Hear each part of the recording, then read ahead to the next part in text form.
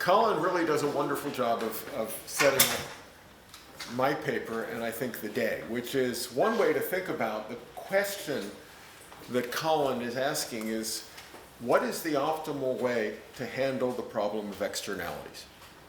Is the optimal way to handle it through the regulation, for instance, of the social cost of carbon, to have the legislature set a price, a carbon tax, and then to allow firms to maximize their profits traditionally conceived within the constraint of the carbon tax? Or do we need a wholesale reform of corporate law that would require reconceptualizing the very notion of a profit in order to handle this problem of externalities?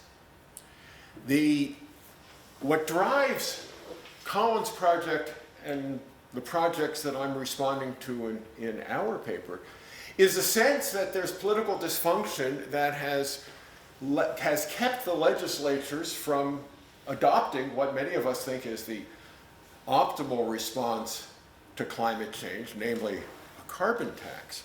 And the part that I find quite puzzling about the folks who want to go in a different direction is I don't understand if there isn't the political will to adopt a carbon tax. Why would there be the political will to reconceptualize, mandatorily reconceptualize profit or impose a new corporate law structure on industry? That the very same people who would lobby against a carbon tax presumably would lobby against such a reform. The biggest, let's see if I can operate this. No, it's not working here. So there we go. I'll do it this way. So the big story for the last 25 years in corporate law and corporate governance has been the reconcentration of shareholders.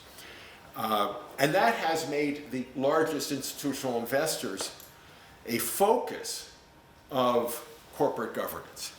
And if you look at any major public corporation, here we have ExxonMobil, what you discover is that the three largest shareholders, BlackRock, Vanguard, and State Street, collectively own 20% or so. If you go to the largest 5, 10, 15, you get a huge percentage of the shares. So that it is, I think, correct to a first approximation that the largest 12, if you will, in John Coates's phrase, the largest 12 institutional investors are the de facto deciders of any corporate controversy that gets to a shareholder vote.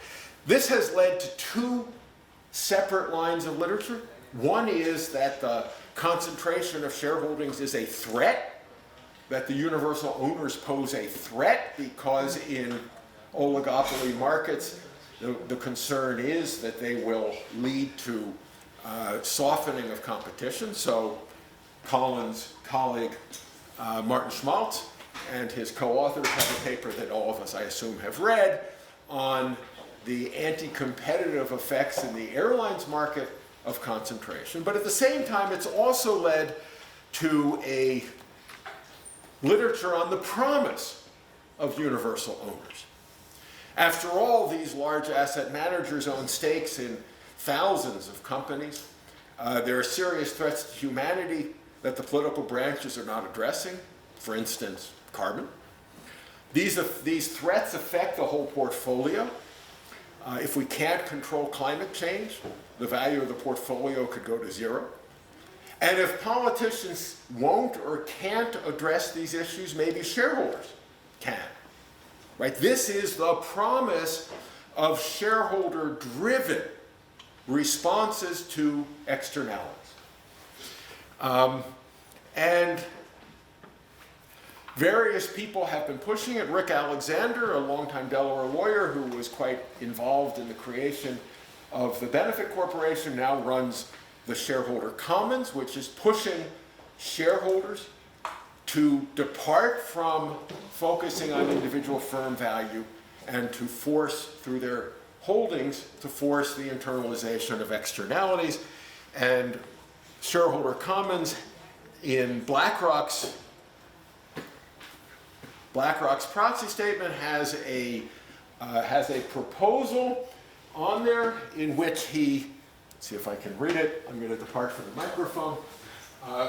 He wants the shareholders to approve a statement that resolved shareholders ask that to the extent practicable, consistent with fiduciary duties and otherwise legally and contractually permissible, the company, namely BlackRock, adopts stewardship practices designed to curtail corporate activities that externalize social and environmental costs that are likely to decrease the returns of portfolios that are diversified in accordance with portfolio theory, even if such curtailment could decrease returns at the externalizing company. In other words, internalize the costs even if it leads to lower stock price, for instance, at Exxon.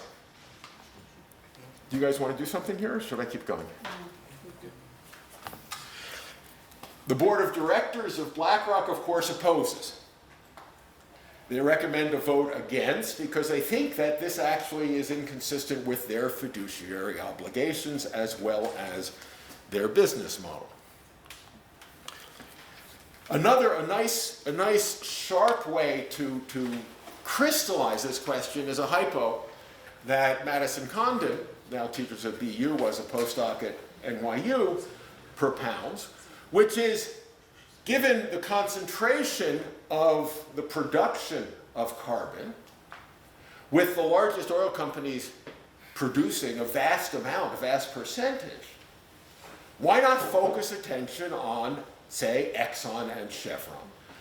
Force them to cut their production by 40%, even if it results in a 20% drop in the stock price. Because Madison argues, somewhat plausibly, as we'll see, Madison argues that the cost to BlackRock of a 20% drop in the Exxon and Chevron stock price would be more than made up for by the gains to the rest of the portfolio.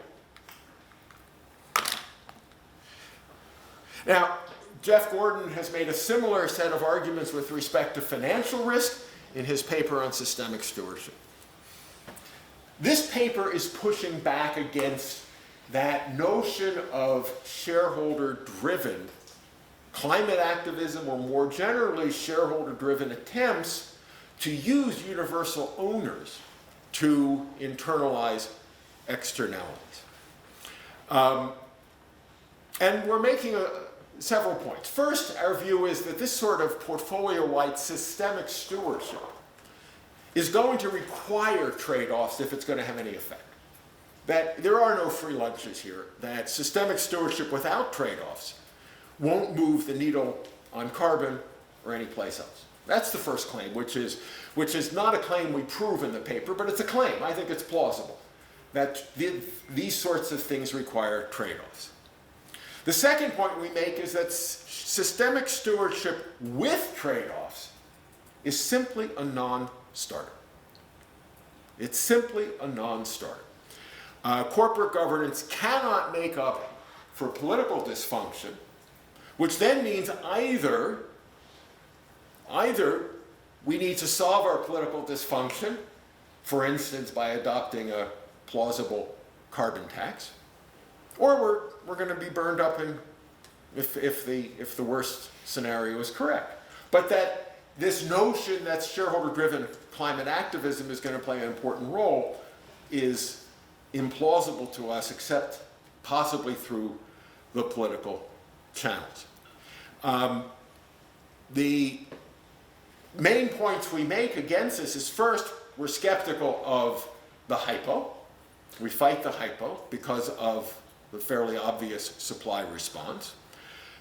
Second, and this is the corporate law heart of the paper, is that there's a deep tension between the existing structure of corporate law, which is single firm focused, and this multi-firm or portfolio focus of the universal owners. That implementing a trade-off strategy highlights this clash. and would result in significant legal and probably political risk. So that our bottom line is that this trade-off, the third point is that with respect to the asset managers themselves, the BlackRocks, the Vanguards, and the State Streets, the trade-off strategy is inconsistent with both their fiduciary duties to their investors as well as to their business models, which is the position that BlackRock took in response to the shareholder commons shareholder proposal. And in the paper we argue that instead what we're going to see, instead of systemic stewardship with this trade-off, what we're going to instead see is that it is pursued under the guise, under the cloak, under the slogan of in fact promoting single firm value. And while this might have some useful consequences, it won't have much of an effect on mitigating the risk of climate change. So on the hypo, I just quickly want to just cover this. Obviously, there are lots of oil companies that don't have BlackRock, Vanguard, and State Street as their principal shareholders. There are lots of sovereign oil companies. Oil is a commodity. So long as there is demand, as we've seen, the supply will be coming. Moreover, when the large publicly traded oil companies reduce their carbon footprint, the typical way they do it is by selling oil fields, and they sell it to private companies so that while the carbon producing oil majors may reduce their carbon footprint, there's no reason to think that it's going to reduce overall carbon. Lucian student Robert Tellereda has a very nice paper that goes into this in much greater detail than we do. But let's take the hypo on its own terms. And let me start really with basics. Let's start with the basic structure, the basic architecture of corporate law. This is section 2.01 from the tentative draft number 1 of the American Law Institute's new restatement of the law of corporate governance. So let me give you a little background. The American Law Institute is a U.S. law reform organization. It's been around for just about 100 years. It's a combination of lawyers, judges, and academics. And they produce what are called restatements, which are an attempt to write down as clearly as possible the current law, including likely near-term developments.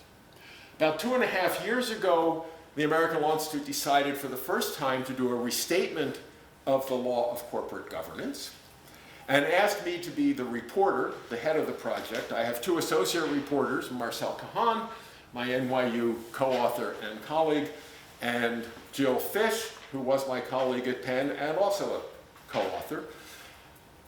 We then put together a group of advisors, of which Lucian is one, and a bunch of other very eminent scholars, judges, and practitioners in corporate law. There's a larger group of members of the ALI who are interested. The reporters draft provisions. It is discussed by the advisors in the members' consultative group. It then needs to be approved by the ALI Council, which is the board of directors of the ALI, and then it has to be approved by the ALI membership at the annual meeting. And this provision, section 201, the objective of a corporation, was approved 2 weeks ago at the May meeting of the American Law Institute. So this is, I think, as close to an authoritative statement of American corporate law on the objective of a corporation. And what we do here is the objective of a corporation. This is defined, corporation here means for-profit corporation. The objective of a corporation is to enhance the economic value of the corporation within the boundaries of the law. Each of these phrases is quite important. Within the boundaries of the law, and in traditional common law jurisdictions for the benefit of the corporation's shareholders, and in stakeholder jurisdictions, which is the other main kind of jurisdiction, for the benefit of the corporation's shareholders and or to the extent permitted by state law, for the benefit of stakeholders. Now, I want to go through the pieces of this because really, especially with non-lawyers, non-corporate lawyers, here, the elements are really important because this is the existing legal framework against which both Colin is writing, as well as those like Rick Alexander who are pushing shareholder-driven climate activism. So let's go through it in pieces. The objective of the corporation is to enhance the economic value of the corporation. Let me stop there. Right, so the prime injunction here is not to benefit shareholders. The prime injunction is to promote the value of the corporation.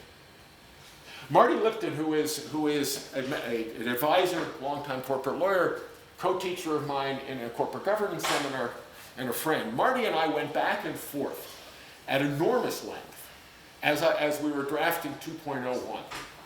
In the end, what Marty wanted us to do was to stop here. Just to put a full stop after promote the value or enhance the economic value of the corporation. Because Marty's view is that the board should have full discretion to do that, including weighing off interests of shareholders and stakeholders. Marty and I were completely agreed on the question of what the prime injunction is, which is to enhance the value of the corporation. Corporate law is deeply, deeply, deeply focused on the individual corporation.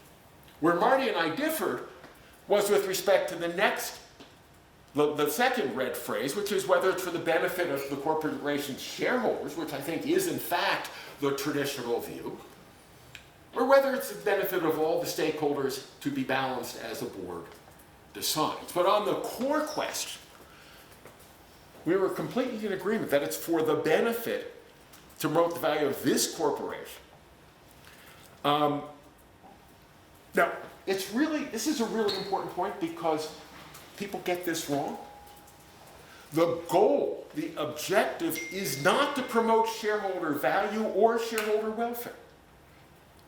So that when Oliver and Luigi, in their interesting work, think that corporations should maximize shareholder welfare, not market value, they simply miss this point. Now, why is it that as a shorthand we sometimes talk about maximizing shareholder value? Because there are lots of circumstances where share value is a good proxy for firm value. And where it's a good proxy for firm value, if the injunction is maximize firm value, then maximizing share value is a reasonable strategy to accomplish it. I can't think of any state of affairs where shareholder welfare is a good proxy for firm value.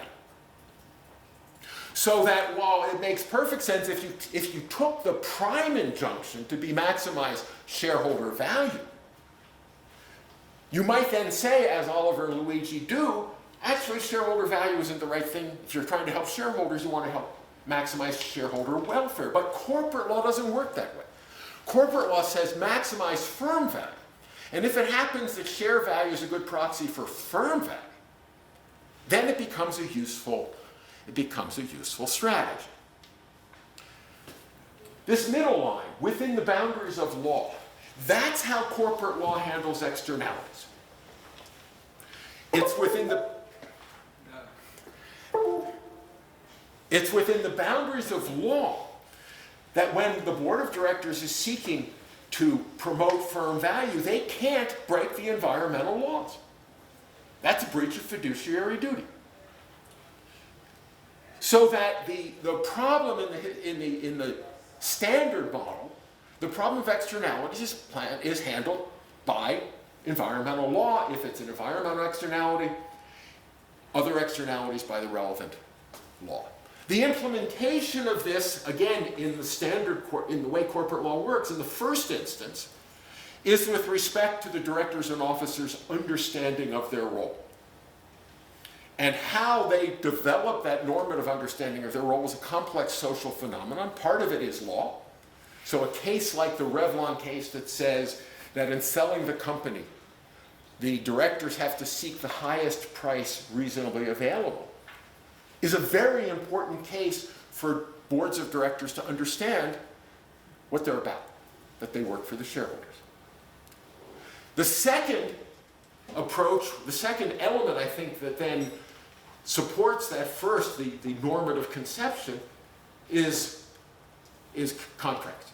So the compensation structure for managers of corporations that emphasize shareholder value is a big part of what aligns, what teaches them that they're running the company for the benefit of the shareholders. And finally, court intervention in a very limited way with simply the policing the extreme limits plays a third role.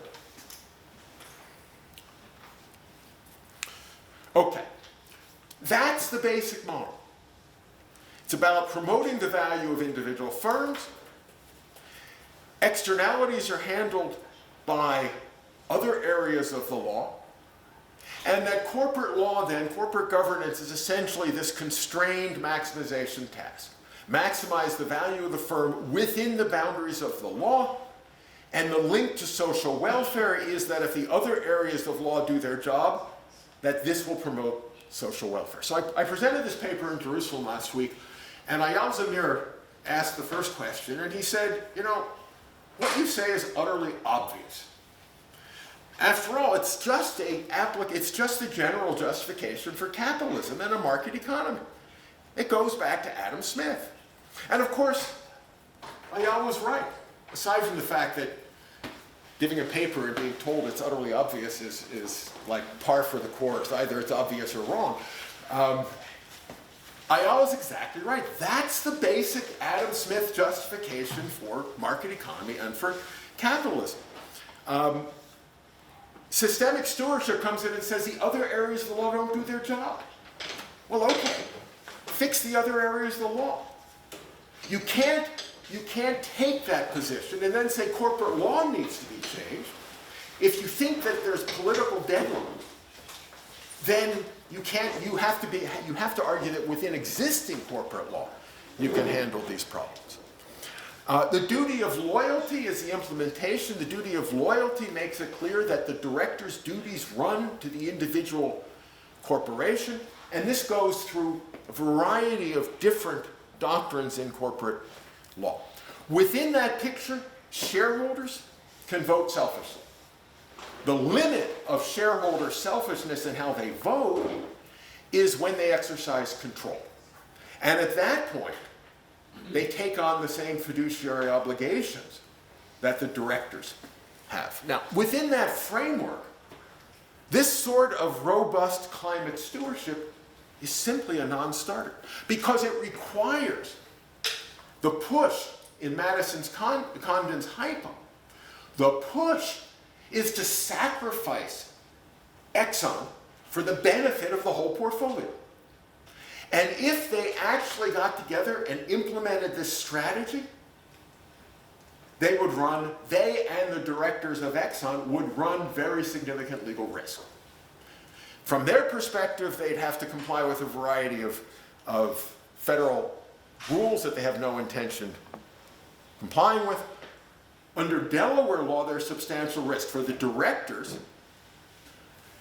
to prefer the interests of BlackRock, Vanguard, and State Street's portfolio over the interests of Exxon falls right within all of these cases we teach about the liability of controlling shareholders.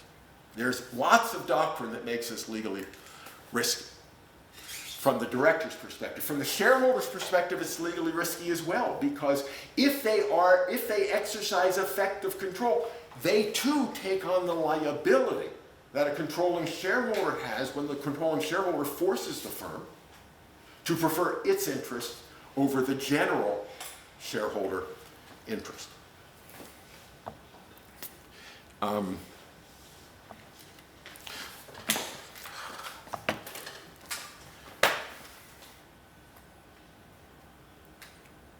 Okay.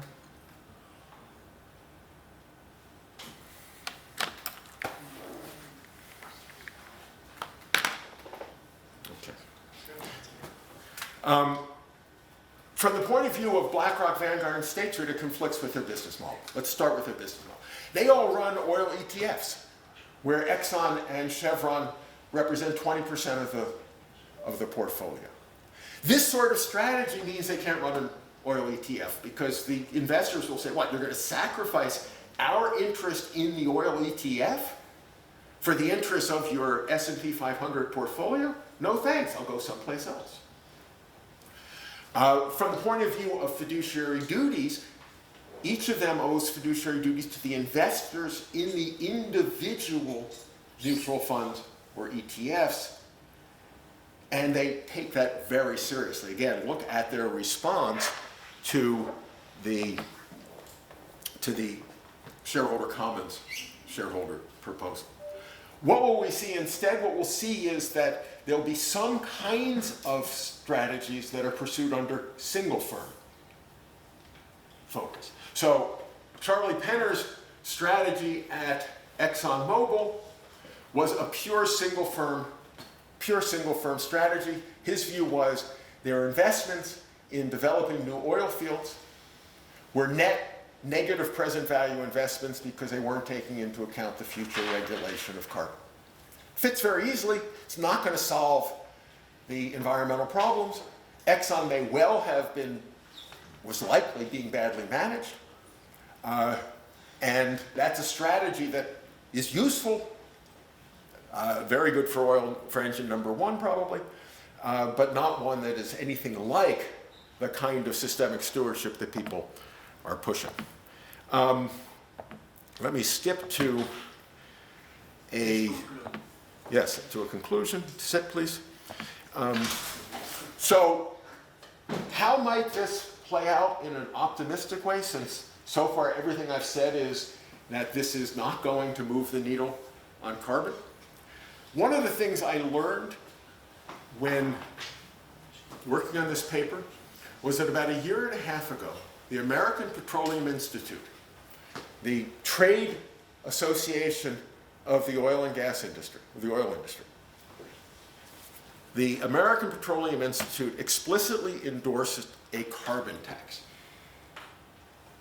They explicitly endorsed a carbon tax after years and years of lobbying against it. Now you hear two backstories. One backstory is that this was under the pressure of the majors who said, look, we're being subject to these restrictions through shareholder pressure of taking the social cost of carbon into account as we manage our business. And we're now operating with one hand tied behind our back. You've been captured by the independents, and unless you get with the program, we're going to quit. The other account is a much more cynical account, and there was somebody was caught on video saying, we've only done this because we don't think there's any chance of this passing. And the cynical account is entirely plausible as well. But it seems to me the only one plausible optimistic strategy here is precisely that if shareholder-driven climate activism forces the major publicly held oil companies to take the social cost of carbon into account, that the politics around carbon might change, and that Exxon and Chevron will go from being opponents of a carbon tax to supporters. Now that indirect political channel is clearly not the explicit claim of the shareholder commons, but if it results in that, then it seems to me it probably has been a social good. Let me stop there.